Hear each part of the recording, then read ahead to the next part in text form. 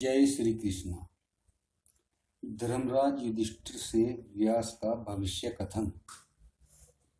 वैशंपायन जी कहते हैं, जन्मेजय, जब महायज्ञ राजसूय जिसका होना अत्यंत दुर्लभ है समाप्त हो चुका, तब भगवान श्री कृष्ण द्वैपायन अपने शिष्यों के साथ धर्मराज युधिष्ठिर के पास आए।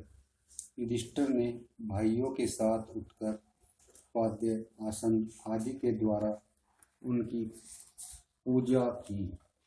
उन्होंने सुवर्ण सिंहासन पर बैठकर युधिष्ठिर आदि पांडवों को भी बैठने की आज्ञा दी। उन सब के बैठ जाने पर भगवान व्यास ने कहा, कुंती नंदन, तुमने परम दुर्लभ सम्राट पद प्राप्त करके इस देश की बड़ी उन्नति की है। यह बड़े सौभाग्य की बात है कि तुम्हारे जैसे सत्पुत्र से कुरु वंश की कीर्ति बढ़ गई। इस यज्ञ में मेरा भी खूब सत्कार हुआ।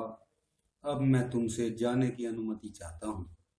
धर्मराज ने हाथ जोड़कर पितामह व्यास का चरण स्पर्श किया और कहा, भगवान, मुझे एक बात का संशय है, आप ही उसे दूर कर सकते हैं। देवर्षि नारद ने कहा था कि वज्रपात आदि दैविक, धूमकेतु आदि अंतरिक्ष और भूकंप आदि पार्थिव उत्पात हो रहे हैं।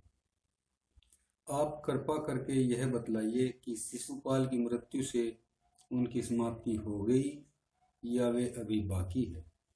धर्मराज युधिष्ठिर का प्रश्न सुनकर भगवान श्री कृष्ण द्वैपायन ने कहा, राजन, इन उत्पातों का फल 13 वर्ष के बाद होगा और वह होगा समस्त क्षत्रियों का संहार। उस समय दुर्योधन के अपराध से तुम ही निमित्त बनोगे और सब क्षत्रिय इकट्ठे होकर भीमसेन और अर्जुन के बल से मर मिटेंगे। भगवान श्री कृष्ण द्वैपायन इस प्रकार कहकर अपने शिष्यों के साथ कैलाश चले गए। धर्मराज युधिष्ठिर चिंता और शोक से विह्वल हो गए। उनकी सांस गर्म चलने लगी। वे बीच बीच में भगवान व्यास की बात याद करके अपने भाइयों से कहते कि भाइयों, तुम्हारा कल्याण हो। आज से मेरी जो प्रतिज्ञा है उसे सुनो। अब मैं 13 वर्ष जीकर ही क्या करूँगा। यदि जीना ही है तो आज से मैं किसी के प्रति कड़वी बात नहीं कहूँगा। भाई बंधुओं की आज्ञा में रहकर उनके कथनानुसार काम करूँगा। अपने पुत्र और शत्रु के प्रति एक सा बर्ताव करने से मुझ में भेदभाव नहीं रहेगा। यह भेदभाव ही तो लड़ाई की जड़ है न। धर्मराज युधिष्ठिर भाइयों के साथ ऐसा नियम बनाकर उसका पालन करने लगे। वे नियम से पितरों का तर्पण और देवताओं की पूजा करते।